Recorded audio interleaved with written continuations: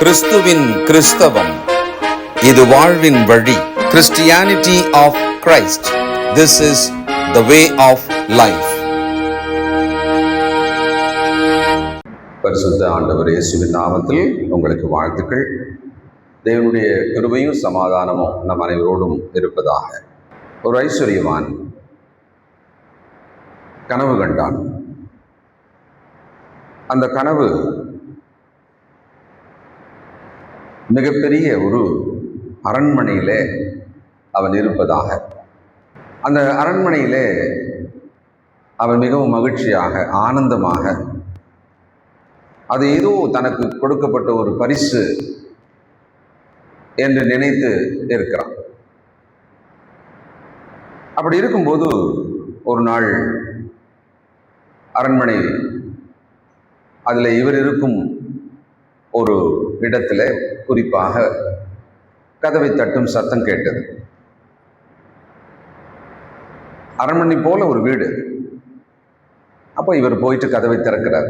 திறந்த உடனே ஆண்டவர் இயேசு அங்கே நின்று கதவை தட்டினதை பார்த்த உடனே ரொம்ப சந்தோஷம், வரவேற்கிறார்.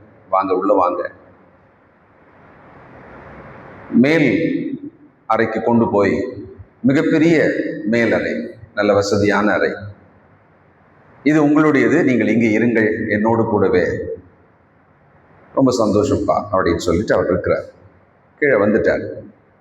கொஞ்ச நேரம் கழிச்சு கதவு தட்டும் சத்தம் கேட்டது. பார்த்தா சாத்தான் வந்து நிற்கிறான். உள்ளே நுழைந்து அவனை அடித்து கீழே தள்ளி ஓடி போயிட்டான். இப்போ இவனுக்கு ரொம்ப பெரிய ஒரு அதிர்ச்சி. ஆண்டவர் இந்த பெரிய வீட்டில், அதுவும் மேல் மாடியில் அவர் இருக்கிறாரு, அப்படியானால் எப்படி சாத்தான் உள்ள வந்தான்? மேலே போய் சொல்றார், இந்த மாதிரி சாத்தான் வந்து பண்ணிட்டான், நீங்க கீழே இதே மாதிரி இன்னொரு பெரிய அறை இருக்கிறது, அங்க வந்து இருந்துருங்க. சரிப்பா, கீழே வந்து இருந்துட்டார். ஒரு நேரம் பொறுத்து சாத்தான் கதவை தட்டினான். மறுபடியும் உள்ள வந்து அடிச்சு இவனை மறுபடியும் போட்டு போயிட்டான். இவருக்கு இன்னும் கொஞ்சம் அதிர்ச்சி. கீழே பக்கத்தில் இருக்கிற பெரிய அறையில தானே ஆண்டவர் இருக்கிறார், எப்படி உள்ள வந்து என்னை அடிச்சுட்டு போறான்? அப்போ மறுபடியும் போயிட்டு என்னை மன்னிச்சிருங்க, இந்த மொத்த வீடு உங்களுது தான், நீங்க எங்க வேணாலும் இருக்கலாம், இந்த வீடு உங்களுடையது, இந்த அரண்மனை வீடு உங்களுடையது, நான் உங்களுக்கு ஒரு வேலைக்காரனை போல இருப்பேன் அப்படின்னு சொல்லிடுறார். சரிப்பா. மறுபடியும் கதவு தட்டுகிற சத்தம் கேட்டது. ஆண்டவர் போய் கதவை திறந்தார். சாத்தான் தலை தெறிக்க ஓடினான். இந்த அரண்மனை போன்ற வீடு நம்முடைய உடல், நம்முடைய சரீரம். இதிலே முழுமையாக ஒரு பலியாக ஆண்டவருக்கென்று நம்மை அவர் ஆளுகை செய்யும்படி கொடுத்திருக்கிறோமா, அல்லது பகுதியாக கொடுத்திருக்கிறோமா? சிந்திப்போம். எஸ்ராவின் புத்தகம் 3ஆம் அதிகாரத்தில் 10 விஷயங்களை நாம் சென்ற முறை பார்த்தோம். இன்றைக்கு இன்னொரு 5 விஷயங்களை நம்முடைய கிறிஸ்தவ வாழ்க்கைக்கான பாடமாக பார்க்க போகிறோம். இது எஸ்ராவின் புத்தகத்திலே 5வது வேத பாடம், 5th ஸ்டடி, 3வது அதிகாரம் தான் பார்க்க போறோம். வரலாறை நாம் கொஞ்சம் திரும்பி பார்த்தால், கிறிஸ்துவுக்கு பின் 538 பாபிலோனிலிருந்து பாலஸ்தீனா தேசமாகிய இந்த தேசத்துக்கு அவர்கள் வந்து சேர்ந்தார்கள். தேவாலயம் கட்டப்பட வேண்டும் என்பதற்கு நோக்கத்திலே வந்தார்கள், ஆயத்தமாக வந்தார்கள், பொன்னும் பொருளும் வாங்கி வந்தார்கள், தங்களுடையதை கொடுக்கும் மனதோடு வந்தார்கள், அஸ்திவாரம் போட வேண்டும். ஆனா அவங்க கிட்ட இருந்த ஒரு முக்கியமான ஒரு மாற்றம் அல்லது ஒரு பெரிய ஒரு பாராட்டும் விஷயம் என்னன்னா, அஸ்திவாரம் போட்டு தேவாலயம் கட்டி அதுக்கு மாதங்கள் வருஷங்கள் ஆகி பிறகு பலியிடுவது என்பது கடைசியா தான் வரும், எல்லாம் பினிஷ் பண்ண பிறகுதான். ஆனா அவங்க என்ன பண்ணிட்டாங்க, பலியிடுதலை ஒரு பலிபீடம் கட்டி முதல்ல தொடங்கிட்டாங்க. ஏன் தெரியுமா? 70 ஆண்டு காலம் அந்த அந்நிய தேசத்திலே இவர்களால் கர்த்தருக்கென்று பலியிட முடியாத ஒரு 70 ஆண்டு காலம். அதனால அதை ரொம்ப அழகா அதை செய்தாங்க. இப்போ இந்த பலிபீடத்தின் வேலை முடிந்து பலி செலுத்தின பிறகு அஸ்திவாரம் போட ஆரம்பிச்சாங்க. அந்த அஸ்திவாரம் போட்ட உடனே நம்ம கடைசியா பார்த்தோம், பெரியோர் பழைய காலத்தை நினைத்து அழுதார்கள். இளைய தலைமுறை தாங்கள் கர்த்தருக்கென்று செய்கிறோம் என்று பெருமிதத்திலே ஆரவாரித்தார்கள். அவ்வளவு பெரிய மகிழ்ச்சி. தேவனுடைய கிருபையை, அவருடைய வல்லமையை நினைத்து தேவனை துதித்தார்கள். இதை நம்ம பார்த்து முடிச்சோம். இப்போ இந்த அஸ்திபாரம் போடப்பட்டதோட முக்கியத்துவத்தை இன்றைக்கு இருக்கிற நம்முடைய கிறிஸ்தவ வாழ்க்கையோடு அப்ளை பண்ற மாதிரி, நம்ம அதுல இருந்து பாடத்தை செய்யற மாதிரி 5 காரியங்களை கற்றுக்கொள்ள போகிறோம். முதல்ல முக்கியத்துவம் என்னன்னு பார்த்தா, சபையாகிய நாம் தேவனுடைய வீடாக வாழ்ந்து கொண்டிருக்கிற இதனோட அஸ்திபாரம். இந்த அஸ்திபாரம் மிக உறுதியாக சரியாக இருந்தாதான் தலைமுறை தலைமுறை இதற்குள்ள வாழ்ந்து எல்லாரும் சுகமா இருப்பாங்க. நேற்று மாலை ஒரு குடும்பத்தை சந்திச்சேன். அவர்களோடு பேசிக்கொண்டிருக்கும் பொழுது சொன்னேன்,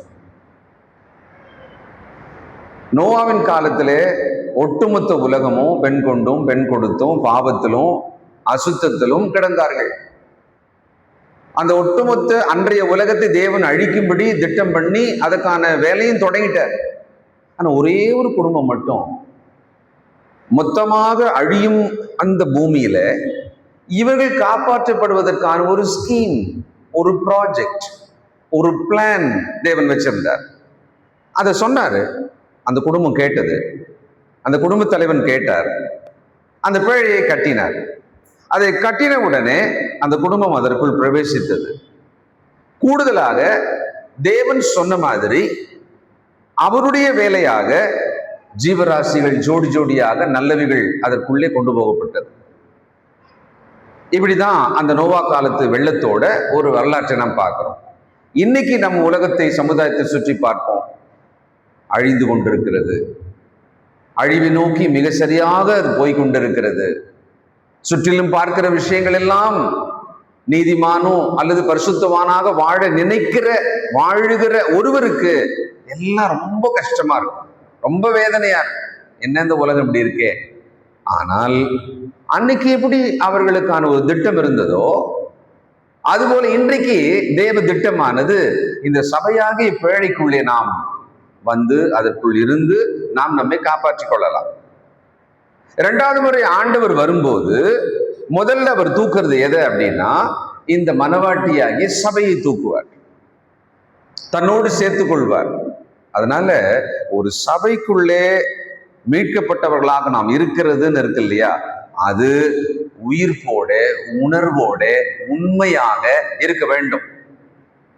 நம்ம வீட்டில் இருக்கோம், நம்ம குடும்பமா இருக்கோம். நம்ம குடும்பத்தில் இருக்கிறவர்கள் இந்த உலகத்திலேயே உத்தமர்கள், பரிசுத்தவான்கள், நீதிமான்கள், அவர்களை போல் யாருமே இருக்க முடியாது அப்படி ஒண்ணும் இல்லையே. அதே போல்தான் சபையும் கூட.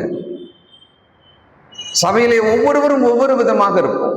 பலவீனர், பாவத்திலே போராடுகிறவர், கர்த்தருக்குள்ளாக வாழும் முயற்சிக்கிறவர். இப்படிதான் நம்ம சபையாக தேவனுடைய குடும்பமாக இதுக்குள்ள கண்டிப்பா இருப்போம். ஆனால் நான் நினைக்க வேண்டியது, நான் முக்கியமாக எதை நினைக்க வேண்டியதுன்னா, இது தேவனுடைய வீடு, என்னை கொண்டு வந்து இங்க வைத்திருக்கிறார்.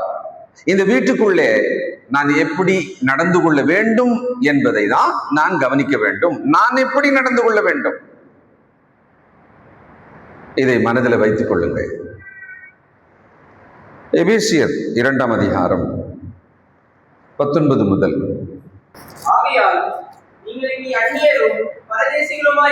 நீங்கள் இனி அந்நியரும் பரதேசிகளுமாய் இராமல் பரிசுத்தவான்களோடு, அதாவது இந்த வார்த்தைகள் எல்லாமே ரொம்ப முக்கியமானது, ரொம்ப ஸ்ட்ராங்கானது. அந்நியரும் பரதேசிகளுமாய் இராமல் பரிசுத்தவான்களோட, ஒரே நகரத்தாரும் தேவனுடைய வீட்டாருமாயிருந்து அப்போஸ்தலர், தீர்க்கதரிசிகள் என்பவருடைய அஸ்திபாரத்தின் மேல் கட்டப்பட்டவர்களுமாயிருக்கிறீர்கள்.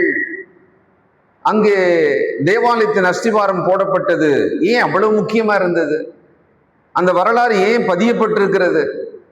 அதுக்கான ஒரு புத்தகம் விசேஷமாக ஏன் அங்கே வேத புத்தகத்துல இருக்கிறது?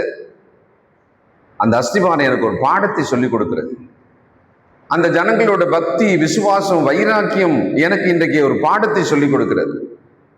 இன்றைக்கு முதியோர், நடுத்தர வயதுள்ளோர், இளைஞர், சிறுவர்கள், குழந்தைகள், கர்ப்பத்துக்குள்ளே வளர்ந்து கொண்டிருக்கிற பிறக்க வேண்டியவர்கள், இப்படி நாம் இந்த சபைக்குள்ள மொத்தமா இருக்கிறோம். இந்த தேவனுடைய வீட்டுக்குள்ளே, இந்த அஸ்திவாரத்தின் மேலே நம்முடைய கிறிஸ்தவ வாழ்க்கை ஆகிய தேவனுக்கு பிரியமான ஒரு வாழ்க்கையை வாழ்வதற்கு ஒவ்வொருவருக்கும் தனிப்பட்ட நமக்கான ஒரு கவனம் தேவை. சுத்தி பார்த்தோம்னா இந்த உலகத்தின் அழிந்து போகும் விஷயங்களை எல்லாம் பார்த்தோம்னா மனம் சோர்ந்து தான் போகும். அதெல்லாம் பார்க்கவே கூடாது. இன்றைக்கு நம்ம திருமறை நேரத்தை பார்த்துட்டு இந்த பக்கம் பாண்டிச்சேரி தாண்டி கடலூர் அதனுடைய ஒரு விளிம்பு கிராமத்தில் இருக்கிற ஒரு குடும்பம் சென்ற ஆண்டு அவர்கள் வந்தாங்க, பார்த்தோம். அவர்கள் ஞானஸ்தானம் பெற விரும்பினாங்க. அவர்களுக்காக போனோம். போயிட்டு அந்த பகுதிக்கு சென்று அவர்களுக்கு சத்தியத்தை சொல்லி அவளுக்கு ஞானஸ்தானம் கொடுத்துட்டு வந்தோம். அங்கே சபையை காட்டினோம். அங்கே போனாங்க, நல்ல கிறிஸ்துக்குள்ள வளர்றாங்க. அவர் இன்னைக்கு பேசும்போது ஒரு கேள்வி கேட்டார். அவர் ரொம்ப சத்தியத்து மேலே ஆவலா இருப்பார், எல்லாத்தையும் தெரிஞ்சுக்குவார், கிறிஸ்துக்குள்ள நல்லா வளரணுன்ற முயற்சி செய்பவர், ஒரு எளிமையான குடும்பம். அப்ப என்ன கேட்டாரு? தன்னுடைய பழைய சபை, அதில் இருப்பவர்கள், உறவுகள், குடும்பத்தார் எல்லாம் அங்கே நெருக்கமா இருக்கிறவங்க தான். அவங்களெல்லாம் நினைக்கும் போது எனக்கு ஒரு குற்ற உணர்வா இருக்கு. என்ன பிரதர், நான் அவர்களுக்கு முன்பு அவளுக்கு சொல்ல வேண்டியதை நான் சரியா சொல்லலையோ, அதை எனக்கு சரியா சொல்ல தெரியலையோ, அவங்கள ஏன் இதை புரிஞ்சிக்கவே மாட்டுறாங்க, நானே இதை புரிஞ்சு இந்த சத்தியத்துக்குள்ள வந்துட்டு இருக்கும் போது அவர்கள் என்னை விட நிச்சயமா சீக்கிரம் புரிஞ்சிக்கலாமே, நான் அதுல என்ன தவறு செய்கிறேன்னு எனக்கு தெரியல அப்படின்னு சொன்னேன். அப்போ அவருக்கு சொன்னேன், நீங்க ஒரு சில விஷயங்களை மனசுல வச்சுக்கோங்க, உங்களுக்கு உதவியா இருக்கும். இப்படி நீங்க கவலையோட வேதனையோட சுற்றி இருப்பவர்களை நாம் ஆதாயம் பண்ண முடியலன்றத உங்கள் கண்களுக்கு நடுவில் வச்சுட்டீங்கன்னு சொன்னா உங்களுடைய வாழ்க்கை, உங்களுடைய வளர்ச்சி ரொம்ப பாதிக்கப்படும். அதனால இப்படி வைங்க ஒரு ஆலோசனை சொன்னேன். முதல்ல, நீங்கள் கிறிஸ்துவுக்குள் ஊன்ற கட்டப்படுவதன் மேலே முதல் கவனம், ஃபர்ஸ்ட் ப்ரிஃபரன்ஸ் யூ. உன்னை நேசிப்பது போல தான் பிறரை நேசி. முதல்ல யூ த ஃபர்ஸ்ட். நீங்கள் எப்படி வளர்றீங்க, நீங்க எப்படி ஆவிக்குரிய விஷயத்துல வளர்றீங்க, உங்கள் தேவபக்தி அதுக்கான முயற்சி உங்களுக்கு எப்படி இருக்கு, முதல்ல அதை நீங்க பாருங்க. ரெண்டாவது, உங்கள் குடும்பம், உங்கள் குடும்பத்தை கர்த்தருக்குள் வழிநடத்துகிற விஷயத்துல அவர்களை வழிநடத்துவதை இரண்டாவதாக வைங்க.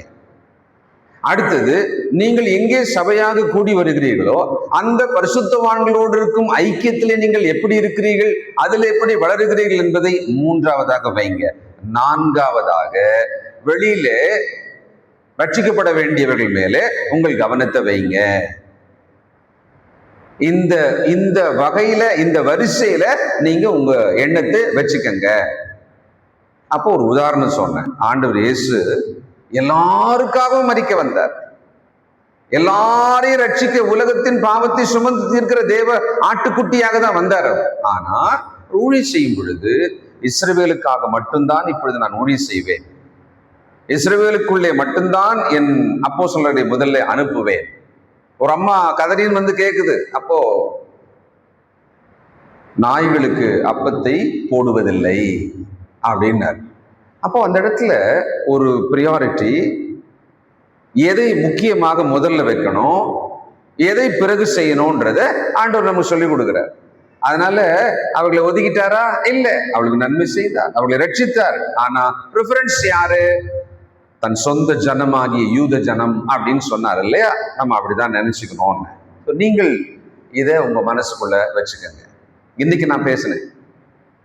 இப்போ இந்த இடத்துல பார்க்கும்போது நம்ம எவ்விதமாக கொண்டு வந்து அஸ்திவாரம் போடப்பட்ட இந்த சபையில கிறிஸ்துவின் மேலே நம்ம இப்ப கட்டி எழுப்பிட்டே இருக்கிறார்.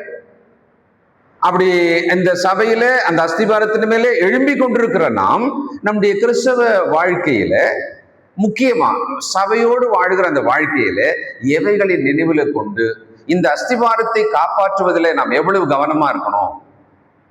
5 விஷயங்கள். முதலாவது விஷயம்,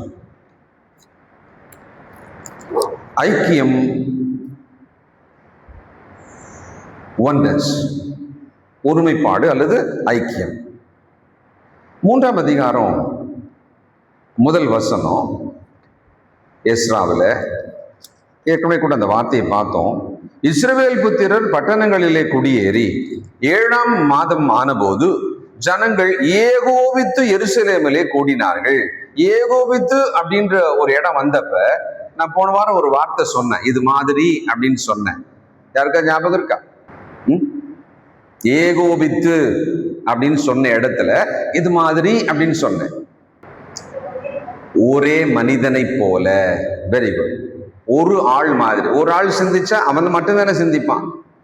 ஒரு 10,000 பேர் இருக்கிறாங்க, ஒரு ஆள் சிந்திக்கிற மாதிரியே 10,000 பேர் சிந்திச்சா எப்படி இருக்கும்? அந்த அர்த்தம் தான் அந்த ஏகோபித்து அப்படின்ற ஒரு வார்த்தை. Like one man, like single person, ஏகோபித்து. அப்போ ஒரு சபைன்னு வரும்போது அந்த ஒன்னஸ், அந்த ஐக்கியம். 1 கொரிந்தியர் 1ஆம் அதிகாரம் அப்போஸ்தலனாகிய பவுல் கொரிந்து சபையினிடத்துல தான் எதிர்பார்க்கிறதை, தேவன் எதிர்பார்க்கிறதை அங்க சொல்றார். இதுக்கு முன்னாலே நம்ம படிச்சோம் 10ஆம் வசனம். சகோதரரே, நீங்கள் எல்லாரும் ஒரே காரியத்தை பேசவும், பிரிவினைகள் இல்லாமல் ஏக மனதும் ஏக யோசனையும். அப்ப அந்த வார்த்தை என்ன? ஏகோபித்து. அந்த ஏகோபித்துனா அது உள்ள என்ன இருக்கு? ஒரே காரியத்தை பேசிக்கிறாங்க. நாம் தேவாலயம் கட்ட வேண்டும், நாம் தேவாலயம் கட்ட வேண்டும், இவ்வளவுதான். அவங்களுக்கு ஒரே யோசனை, ஒரே மனதோடு கூட அவர்கள் சீர்பொருந்தி இருக்கவும். இந்த வார்த்தையை நம்ம கவனிக்கணும். சீர்பொருந்தி இருக்கவும் அப்படின்னா ஜென்ரலா அப்படி இல்லை. நம்ம எல்லாம் அப்படி உள்ள வந்தோம், எல்லார் மனமும் சம அளவுல இருக்குமானா இல்ல. அப்போ ஒரு மனம் ஆகணும்னா சீர்பொருந்துதல் அவசியம். இந்த சீர்பொருந்துதலுக்கு பிரியாரிட்டி ரொம்ப முக்கியம். இந்த நோக்கம்தான், இதுக்காக தான் அப்படின்னா எல்லார் மனமும் அதை நோக்கி வந்துடும். நம்ம கூட்டம்லாம் தொடங்கும் போது சொல்லுவோம், நாம் இந்த நாளிலே இந்த ஒரு காரணத்துக்காக இங்கே கூடியிருக்கிறோம், ஒரு பிறந்த நாளா அல்லது மெமோரியல் மீட்டிங்கா. அப்போ தொடங்குறவரு கண்டக்ட் பண்றதுன்னா சொல்வாரு, இந்த நோக்கத்துக்காக இன்னைக்கு நாம இங்க கூடியிருக்கிறோம். என்ன, எல்லாருடைய மனமும் அதை நினைச்சு அதுக்குள்ள வந்து அந்த கூட்டத்துக்குள்ள நம்மள ஒப்பு கொடுத்து நடக்கணும்ன்றதுக்காகத்தான். அது மாதிரி அன்னைக்கு அந்த மக்கள் தேவாலயத்தை கட்ட வேண்டும், அஸ்திவாரம் போட வேண்டும், இந்த ஒரே மனதோடு கூட அவர்கள் இருந்தார்களாம். சபையில் இருக்கிற கிறிஸ்துக்குள்ள இருக்கிற நாம கூட ஒரு சபையாக சேர்ந்து சகோதர சகோதரிகளாக இருக்கிறோம் இல்லையா? எல்லாம் வித்தியாசமானவங்க தான். எல்லாருடைய புரிதல் வித்தியாசமானது. நான் ஒரு விஷயம் சொன்னேன்னு சொன்னா அதனுடைய முன்பாதியை ஏற்றுக்கொள்ளாமல் பின்பாதியை ஏற்றுக்கொள்வார்கள். சமீபத்தில் ஒரு அனுபவம் எனக்கு வந்தது. ஒரு வாக்கியம், அதுல முன்பாதி ஏற்றுக்கொண்டார்கள், பின்பாதி ஏற்றுக்கொள்ளல. எனக்கு நல்லா தெரிஞ்சது, ஆஹா என்னடா இது, முழுசா இதை அவங்க கவனிக்காம போயிட்டாங்களே, முதல் பாதியை மட்டும் ஏத்துக்கிட்டாங்களே அப்படின்னு ரொம்ப வெளிப்படையா தெளிவா நான் பார்த்தேன் ஒரு சிலர்கிட்ட. எனக்கு ஆச்சரியமா தான் இருந்தது. அதை பிறகு சரி செய்யணும். அப்போ நம்ம எல்லாருமே வித்தியாசமானவர்கள் தான். நாம் எல்லாரும் கிறிஸ்துவின் மூலமாக தேவன் மகிமைப்பட வேண்டும் என்ற ஒரு காரணம், அதை மனசுல வச்சுக்கிட்டு ஐக்கியமாக கிறிஸ்துவின் நாமம் மகிமைப்பட வேண்டும், தேவன் மகிமைப்பட வேண்டும், அந்த நோக்கத்தை மனசுல வச்சோம்னா எல்லாத்தையுமே அது உள்ள கொண்டு வந்து வச்சிடணும். எல்லாமே அந்த ஒரு காரணத்துக்குள்ள கொண்டு வந்து நாம செட் பண்ணிடணும். அந்த மாதிரி தான் நாம இணையணும். ஒரே மனது, பிரிவினை இல்லாமல் சீர்பொருந்தி இருக்க வேண்டும் என்று நம்முடைய கர்த்தராகிய இயேசு கிறிஸ்துவின் நாமத்தினாலே உங்களுக்கு புத்தி சொல்லுகிறோம். கொரிந்து சபைக்கு இந்த புத்திமதி சொல்லப்பட்டது. எபேசியர் 4ஆம் அதிகாரம் 1, 2, 3 வசனங்கள். ஆதலால்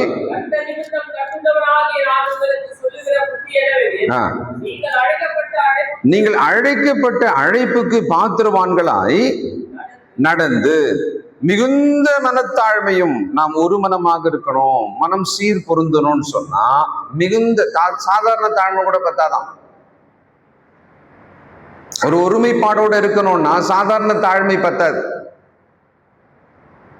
மிகுந்த மனத்தாழ்மை. யார் மாதிரி? ஆண்டவர் இயேசுவை போல மனத்தாழ்மை. அந்த அளவுக்கு நம்மளை கொண்டு போனா மட்டும்தான் ஒருமைப்பாடை காப்பாற்றிக் கொள்வதற்கான ஒரு மனம் நமக்கு வரும். மிகுந்த மனத்தாழ்மை, நீடிய, சாதாரண பொறுமை பத்தாது, நீடிய பொறுமை உடையவர்களாய் அன்பினால் ஒருவர் தாங்கி சமாதான கட்டினால் ஆவியின் ஒருமையை காத்துக்கொள்வதற்கு ஜாக்கிரதையாயிருங்கள். அதாவது ஒரு ஐசியூல இருக்கிறவங்களுக்கு ஒரு டாக்டர் வந்துட்டு ஒரு 4 வார்த்தை சொன்னா 4 வார்த்தையும் முக்கியம். அந்த நம்ம எல்லாருமே அப்படியே ஒரு வாயே பார்ப்போம், என்ன சொல்ல போறாரோ இல்லையா? அந்த மாதிரியான ஒரு கனமான சொற்களை ஆவியானவர் மிகுந்த மனத்தாழ்மை, நீடிய பொறுமை, அன்பினாலே ஒருவர் தாங்கி, இல்லையா? நன்மை செய்வோம், ஆப்போசிட்டா தீமையாக புரிந்து கொள்வார்கள். என்ன பண்றது? பொறுமையோடு இருக்கணும், டைம் கொடுக்கணும். 100% தவறாகவே புரிந்து கொண்டார்கள். பொறுமையோடு இருக்கணும், தாங்கணும், மிகுந்த மனத்தாழ்மை தேவை. அப்படி இல்லாவிட்டால் பிரிவினைகள் இல்லாமல்னு ஒரு வார்த்தை இருக்குல்ல, பிரிவினைகள் வந்துடும். சீர்பொருந்துங்கள் சொன்னார்ல, சீர்பொருந்த முடியாது.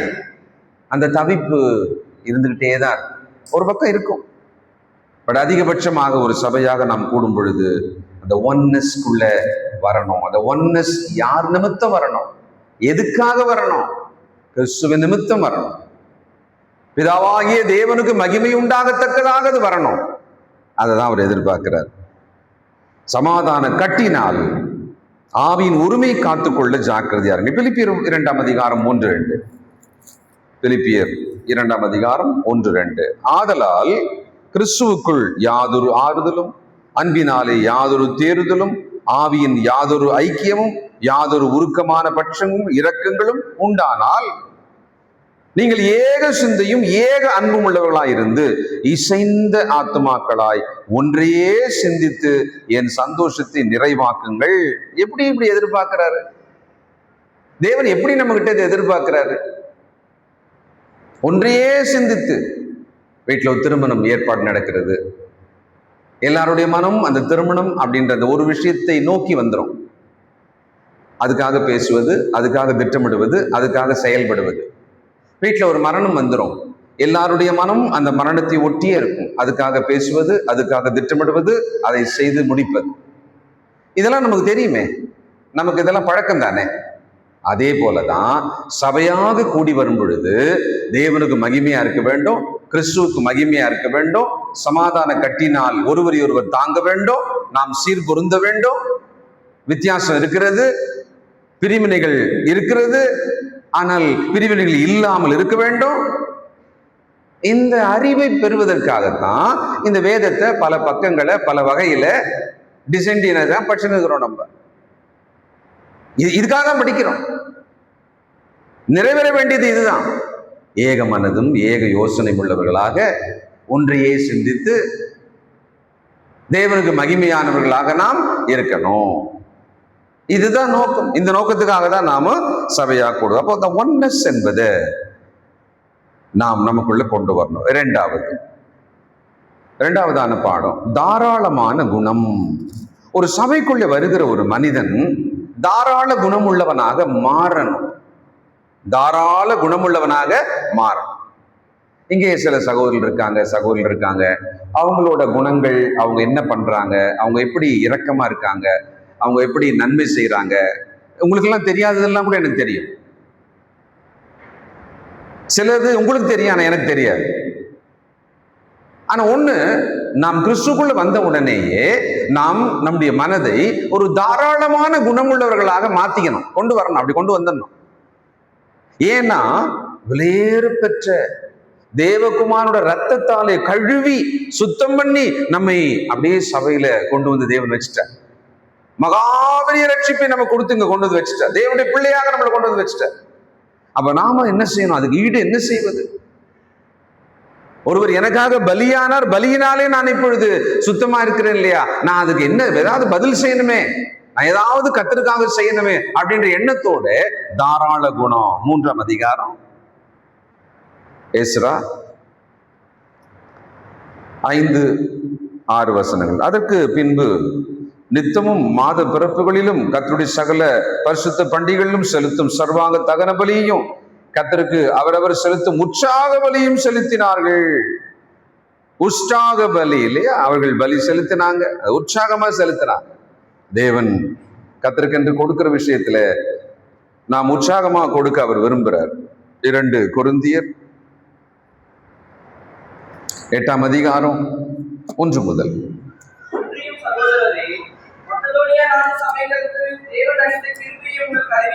இந்த இடத்துல மக்கதோனியா சபையரை பற்றி சொல்றாரு. ஆனால் அதை கிருபை என்ற டைட்டில் கீழே சொல்றாரு.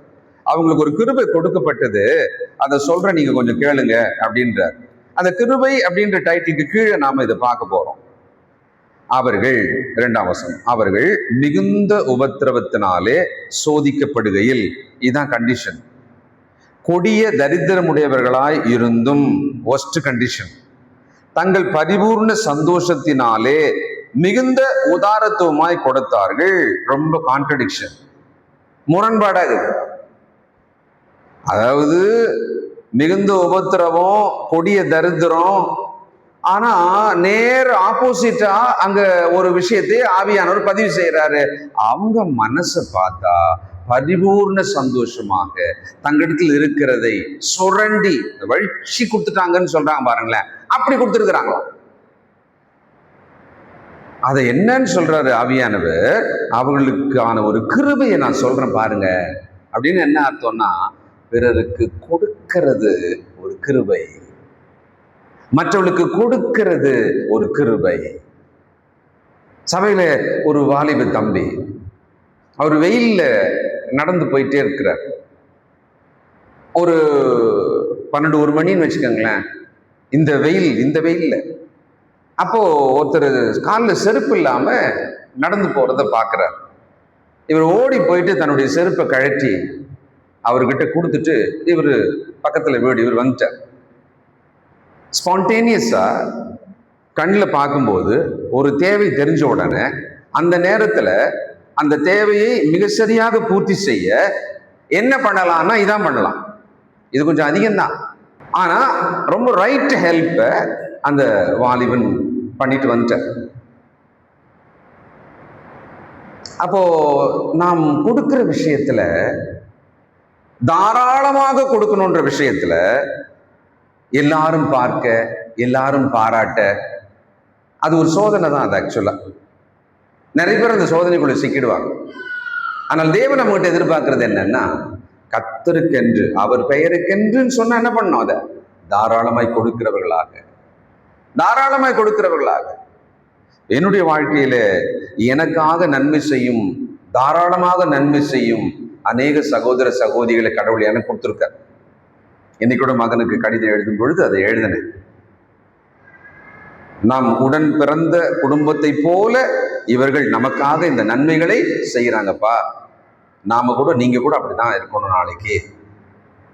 அப்போ ஒரு கிறிஸ்தவனாலே அவனுடைய வாழ்க்கையை பார்க்கும்போது அவன் தாராளமாக கொடுக்கிறவன், அந்த ஒரு அடையாளம் கண்டிப்பா இருக்கும். இதை நாம் மனசுல வச்சுக்கணும். அவர்கள் உற்சாகமாக கொடுத்தார்கள், அவர்கள் மனப்பூர்வமாக பரிபூர்ணமாக கொடுத்தார்கள்னு பார்க்கிறோம். அந்த 1 நூற்றாண்டு சபை தொடங்கிய அந்த வரலாறு, அந்த ஆரம்ப தொடக்க வரலாற்றை பார்த்தோம்னாலே காணியாட்சிகளை கொடுத்தார்கள், வீடுகளை கொடுத்தார்கள், நிலங்களை கொடுத்தார்கள். அப்படித்தானே பார்க்கிறோம். அந்த தேவையை பார்க்கறாங்க, அந்த தேவையை பூர்த்தி செய்யறாங்க. அப்போ ஒருவர் தேவையோடு இருக்கும் பொழுது அதை பூர்த்தி செய்வதற்கான ஒரு மனம் எப்பவுமே நமக்கு இருக்கணும். ஒரு Christian quality, a very good character is nothing but giving, கொடுத்தல். 3வது அவங்க கிட்ட நம்ம கத்துக்கிற 3வது பாடம் ப்ரியாரிட்டி. முன்னுரிமை. 3ஆம் அதிகாரம் எஸ்ரா 2 முதல் 6 வசனங்கள். அதுல அவங்க அந்த சூழ்நிலைக்கு ஏற்றாற் போல என்ன பண்ணாங்க அப்படின்னா, நான் ஏற்கனவே சொன்னேன்ல, அஸ்திவாரம் போட்டு தேவாலயம் கட்டி பிறகு தேவனுக்கு பலி செலுத்துவதற்கு முன்னால பிரியாரிட்டியில என்ன வச்சுட்டாங்க, இப்ப கரண்டா இன்னைக்கு என்ன பண்ணணும், பலியிடணும், உடனே நம்ம தேவனை தொழுது கொள்ளணும். ஆலையெல்லாம் கட்டுறதுக்கு நாள் ஆகட்டும் பரவாயில்ல, ஆனா எதை விட்டுட்டு 70 வருஷமா, உதாரணத்துக்கு ஒரு சபைன்னு வச்சுக்கோமே, இந்த சபையினுடைய ஊழியங்கள்னு இருக்கு இல்லையா, இந்த ஊழியங்கள்ல ப்ரிஃபரன்ஸ் என்ன, எதை நான் முதலில் செய்ய வேண்டும், சுவிசேஷ வேலை செய்ய வேண்டும். ஏன்னா ஒரு சபையோட முக்கியமான வேலை அழிந்து போகிற ஆத்மாக்களை எல்லாம் ரட்சிக்க வேண்டும். அதான பிரியாரிட்டி, பிரதான கட்டளை ஆண்டவர் அதான கொடுத்தாரு. கரெக்ட். அந்த ஒன்னோட நிக்கிறது இல்ல, சூழ்நிலைப்படியும் செயல்படும். கொரோனாவின் காலத்துல நம்ம எல்லாருமே பாதிக்கப்பட்ட அந்த சமயத்துல, ஒரு வெள்ள காலத்துல, இந்த மாதிரி ஒரு சுனாமி வந்த காலத்துல ஒரு சபையானது அன்னைக்கு அந்த சூழ்நிலைக்கு என்ன செய்யணுமோ இம்மீடியட்டா அதை செய்யணும். நல்லா புரிஞ்சுக்கோங்க. பாபிலோன்ல இருந்து வந்தாங்க, சொல்லி சொல்லி கூட்டுன்னு வந்தது எதுக்கு, தேவாலயம் கட்ட போகிறோம், கர்த்தர் நம்மை விடுதலை ஆக்கி விடுகிறார், வாங்க பொருள் எடுங்க, சேகரிங்க, வாங்க செய்யறதுக்கு வாங்க, எல்லாம் ஆயத்தம் பண்ணுங்க, ராஜாவும் சொல்லியிருக்கிறாரு, இதான் பிளான், வாங்க போலாம் செய்யலாம். அதுக்குதான் வந்தாங்க. வந்த உடனே என்ன பண்ணாங்க, அதுல பார்த்தாங்க, அதை கட்டிட்டு அதுக்கு பிறகு தேவனை தொழுது கொள்வதற்கு நாளாகவும் இல்லை. தேவனை தொழுது கொள்வதற்கான அந்த கட்ட போறோம். அப்ப தேவனை தொழுது கொள்வதை எப்படி பண்ணலாம், நமக்கு ஒரு வழி இருக்கிறது, ஒரு பலிப்படத்தை கட்டிடுவோம், பலியிடுவோம், தேவனை தொழுது கொள்ள ஆரம்பிச்சிருவோம். அது மாதிரி ஒரு சபையானது தான் செய்ய வேண்டிய ஊழியத்தை, அந்த சபை, அதை சுற்றிலும் இருக்கிற சமூகம், அதன் தேவை, கால சூழ்நிலை என்ன பார்த்து அதுக்கேற்ற மாதிரி செய்யணும். ஒரு கொரோனா காலத்திலே உணவு கொடுத்தல், வெள்ள காலத்திலே நன்மைகள் செய்தல், பொதுவாக எப்பொழுதுமே சுவிசேஷ வேலை செய்தல், அந்த சபைக்குள்ள இருக்கிற பரிசுத்தவான்களுடைய காரியங்களை விசாரித்தல், இத சபை செஞ்சுட்டே இருக்கணும். அப்போ ஒரு பிரியாரிட்டி நன்மை செய்யணும். அந்த நன்மையில எதை முதல்ல செய்யணும், எதை அடுத்து செய்யணும், இந்த பகுத்தறிவு நமக்கு தேவை. அவர்கள் அழகா தேவாலயம் கட்டுறதுக்கு முன்னால பலிபீடம் கட்டி தேவனை தொழுது கொண்டார்கள். 4வது உண்மை தன்மை, லாயல்டி. அவங்க கிட்ட ரொம்ப உண்மையாக இருந்திருக்காங்க. அந்த தேவாலயம் கட்டுற விஷயத்துல யாரெல்லாம் வந்தாங்களோ மனப்பூர்வமாக அந்த வேலைக்கு தங்களை ஒப்பு கொடுத்தாங்க, ஒருமனப்பட்டு நின்னாங்க. எதிர்ப்பு வந்தது, அப்படியே ஒருமனப்பட்டு அவங்க நின்னாங்க. 1 தீமோத்தேயு 3ஆம் அதிகாரம் 15வது வசனம். இன்னைக்கு கிறிஸ்துக்குள்ள இருக்கிற நாம் 3:15 1 தீமோத்தேயு, தாமதிப்பேனாகில் தேவனுடைய வீட்டிலே நடக்க வேண்டிய வகையை நீ அறியும்படி இவைகளை உனக்கு எழுதுகிறேன். அந்த வீடு ஜீவனுள்ள தேவனுடைய சபையாய் சத்தியத்துக்கு தூணும் ஆதாரமாய் இருக்கிறது. ஒரு சபை சத்தியத்துக்கு தூணும் ஆதாரமா இருக்கிறது. அந்த சபையில தான் நம்ம எல்லாம் இருக்கிறோம், அந்த சபையாகத்தான் நாமே இருக்கிறோம். அப்போ அந்த சத்தியத்துக்காக, அந்த சத்தியத்தோட வளர்ச்சிக்காக, அது பரவி ஜனங்களை ரட்சிப்பதற்காக நம்முடைய பங்கு என்ன, நம்முடைய பிரியாரிட்டி என்ன, அல்லது அதுல நம்ம எவ்வளவு தூரத்துக்கு உண்மையுள்ளவர்களாக அதுல இருக்கிறோம். தேவன் நம்மிடத்துல நம்ம என்ன செய்யறோமோ உண்மையை விரும்புற. சில நேரங்கள்ல வேஷமாக செய்ய ஆரம்பிச்சிருவோம், உண்மையா செய்ய வந்துட்டு பிறகு வேஷமா மாறிடுவோம். அந்த ஜனங்கள் உண்மையாக தங்களை ஒப்பு கொடுத்தாங்க, தங்களுடையதை ஒப்பு கொடுத்தாங்க. சில பரிசுத்தவான்கள் இருக்காங்க, தங்களையும் தங்களுடையதையும் உண்மையாக ஒப்பு கொடுப்பார்கள். ஆரம்பத்துல நல்லா ஒப்பு கொடுப்பார்கள், பிறகு அப்படியே மனம் தளர்ந்து விடுவார்கள், தூரமாவார்கள், பிறகு பார்வையாளரை போல இருப்பார்கள். தேவனுடைய சபையில நாம் இங்க இருக்கிற இந்த இருப்பு, இந்த வாழ்க்கைய உண்மையாக வாழ்ந்து கொண்டிருக்கிறோமா? ஒரு குடும்பத்துக்குள்ளே போலியா இருக்க முடியுமா, மாய்மாலமா இருக்க முடியுமா? அப்படி இருந்தா எப்படி இருக்கும்? ஒரு வீட்டுக்குள்ள ஆச்சரியமா இருக்குல்ல. ஒரு வாலிபன் தன்னுடைய வீட்டில 4-5 பேரை கொலை செய்தான். படிக்க சொன்னதுக்காக கொலை பண்ணிட்டான். அப்போ அந்த திட்டமிட்ட அந்த காலத்துல அவன் எப்படி இருந்திருப்பான்? அந்த வீட்டுக்குள்ள உண்மையற்றவனாக தான் இருந்திருப்பான். அப்போ உண்மையாக அவர்கள் கீழ்ப்படிதலோடு கூட அந்த தேவாலயம் கட்டுற விஷயத்துல கமிட்டடா, ஒரு மனதோட வேலைக்காக தங்களை ஒப்பு கொடுத்திருந்தாங்க. ஐந்தாவது, ஈடுபாடு. இது ரொம்ப முக்கியமான விஷயம். நம்முடைய ஈடுபாடு எப்படி இருக்கிறது, இன்வால்மெண்ட் எப்படி இருக்கு? 3ஆம் அதிகாரம் 7 முதல் 11 வசனங்கள்ல எஸ்ராவின் புத்தகம். அப்பொழுது பெர்சியாவின் ராஜாவாகிய கோரேஸ் தங்களுக்கு பிறப்பித்த உத்தரவின்படியே அவர்கள் கல் தச்சருக்கும் பணத்தையும் லீபனோனில் இருந்து கேதுரு மரங்களை சமுத்திர வழியாய் யோபா மட்டும் கொண்டு வர சீதோனியருக்கு தீரியருக்கும் போஜன பானத்தையும் எண்ணெயையும் கொடுத்தார்கள். இது கீழே நீங்க பாத்தீங்கன்னா 11 வரைக்கும் அவங்க ஒவ்வொரு வேலை செய்யறவங்களுக்கு என்ன செய்யணுமோ அதை கொடுத்தாங்க. அடுத்தது இவங்க என்ன வேலை செய்யணுமோ அதுக்கு இவங்களை ஒப்பு கொடுத்தாங்க. நம்ம எல்லாருமே இங்கே வந்து இலவசமான ரட்சிப்பை பெற்று தேவனுடைய பிள்ளைகளாகி நாம் வாழ்ந்து கொண்டிருக்கிறோம் இந்த சபையில்னு சொன்னா, நம்மோட பிரியாரிட்டி, நம்மோட பயன்பாடு, நம்மோட பங்களிப்பு, நம்முடைய ஈடுபாடு தனியா நம்மளை மட்டும் பார்க்கணும். சோர்ந்து போவதற்கு காரணங்கள் கண் முன்னாலே இருக்கும், மனம் விட்டு போவதற்கு காரணம் கண்ணு முன்னாலே இருக்கும். ஆனா நான் என் கடனை தீர்க்கணும் இல்லை, எனக்காக ரத்தம் சிந்தி என்னை கழுவின கர்த்தருக்கு நான் என் கடனை தீர்க்கணும் இல்லை. அதுக்கு நான் என்ன செய்ய போகிறேன்? காரணம் சொல்லி, மனிதரை சொல்லி நான் என்னை விலக்கி கொண்டிருக்க போகிறேனா? அல்லது என்னால் ஆன மட்டும் அநேகருக்கு நான் பிரயோஜனமா இருக்க போகிறேனா? ப்ரியாரிட்டி நமக்கு தெரியுது, சாய்ஸ் நம்மகிட்ட தாங்க. நான் எதை தேர்ந்தெடுக்கலாம்? என்ன இருந்தாலும் நான் நன்மை செய்வேன்பா, இது பெட்டரா? நன்மை செய்வதில் சோர்ந்து போய் நான் எதுக்கு நன்மை செய்யணும் அப்படின்னு நான் முடிவெடுக்கிறது பெட்டரா? முடிவை நம்ம தான் எடுக்கணும். உங்கள் ஈடுபாடு எப்படி இருக்கிறது? எல்லாருடைய பங்கு முக்கியமாச்சே, ஒவ்வொருத்தரோட பங்கு முக்கியமாச்சே. நாம் இங்கே வருகிறோம், இந்த அறைக்கு வருகிறோம், வந்து போகிறோம், குறைபாடுகளை சுட்டி காட்டுகிறோம். ஆனா அதை செய்வது யார் என்று யோசிச்சோமா? தண்ணி இல்லை, பாத்ரூம் இப்படி இருக்கு, பக்கெட் இல்லை, மகு இல்லை, இந்த சரியில்லை, நிறைய விஷயங்களை குறைபாடுகளை சுட்டி காட்டுறீங்க, ரொம்ப நியாயம்தான், அப்படி சொன்னாதான் அதை சரி பண்ணலாம். ஆனா இதை யார் செய்யறா? என்னைக்காவது கேள்வி கேட்டிருக்கீங்களா? நான் இதை செய்யவா அப்படி முன் வந்திருக்கிறோமா? நிறைய பேர் அப்படி பண்றதில்லை. நம்ம என்ன நினைச்சுக்கிட்டோம்னா, இதெல்லாம் ஒரு டிஃபால்ட்டா திட்டமிட்டபடி இதுக்காகலாம் ஆளை வச்சு இதெல்லாம் நடந்துகிட்டே தான் இருக்கும். ஒரு கல்யாண மண்டபத்துக்கு அதெல்லாம் சுத்தம் பண்ணி கிளீன் பண்ணி அந்த ஈவெண்ட்டை ஆர்கனைஸ் பண்றதுக்கு ஒரு டீம் இருப்பாங்கல்ல, அப்படிலாம் இங்கெல்லாம் கிடையாது. நாம் தான் செய்யணும். நமக்கு கிடைச்ச ஒரு பெரிய ஒரு கிருபை என்னன்னா, பயிற்சி பெறுகிற கல்லூரி மாணவர்கள் அவர்கள் பயன்படுறாங்க. அது அவங்களுக்கு பயிற்சின்ற பேர்ல நம்ம அதை செஞ்சிட்டு இருக்கிறோம்.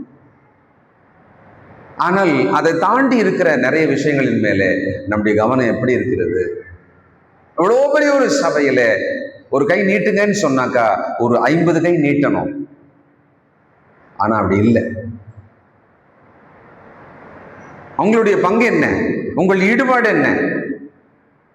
குறைந்தபட்சம் வந்து அமர்ந்து அருகிலே நீங்கள் தொட்டு உட்காருகிற அந்த சகோதர சகோதரிகளோடையாவது நம்முடைய விசாரிப்பு, நம்முடைய அக்கறை இருக்கா?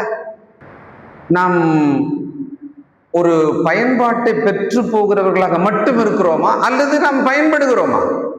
என்னுடைய பயன்பாடு இந்த சபையில் என்ன இருக்கிறது? என்னுடைய ஈடுபாடு இந்த சபைக்காக என்ன இருக்கிறது? ஏதோ ஒன்று சரியில்லைன்னு பார்த்த பிறகு அதை நான் சரி செய்யட்டுமா? அப்போ வேணா நான் சொல்லுவேன், இல்ல சரி செய்யறதுக்கு ஒரு ஆள் இருக்குன்னு. அப்படி இல்லை அப்படின்ற ஒரு இடம் தான் இங்க இருக்கிறதுனால கண்டிப்பா செய்யலாம் பிரதர், நம்ம சேர்ந்து செய்யலாமே, எதை சொன்னாலும் உங்களுக்கு அதான் பதில் வரும்.